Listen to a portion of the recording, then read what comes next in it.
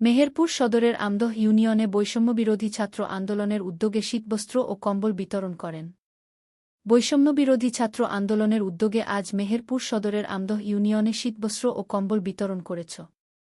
শীতার্ত মানুষের সহযোগিতায় সকলকে এগিয়ে আসার আহ্বান রইল।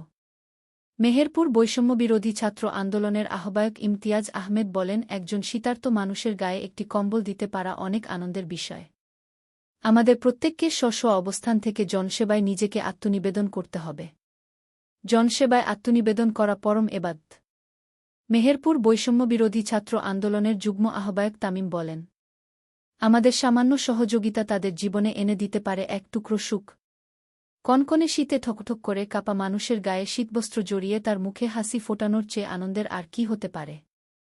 এর মাধ্যমে প্রকাশ পায় মানুষের প্রতি আমাদের মমত্ব ও ভালোবাসার। আমরা চাইলেই এসকল দুঃখী মানুষের সাহায্যে এগিয়ে আসতে পারি। এর জন্য কি অঢেল বিত্তবৈভবের মালিক হওয়া প্রয়োজন? মুজিবনগর খবরে নিউজ পেতে যোগাযোগ। শহীদুল ইসলাম সাইদুল, বিশেষ প্রতিনিধি, মুজিবনগরখবর.com, মেহেরপুর। নিউজের জন্য যোগাযোগ মোবাইল 016701999955।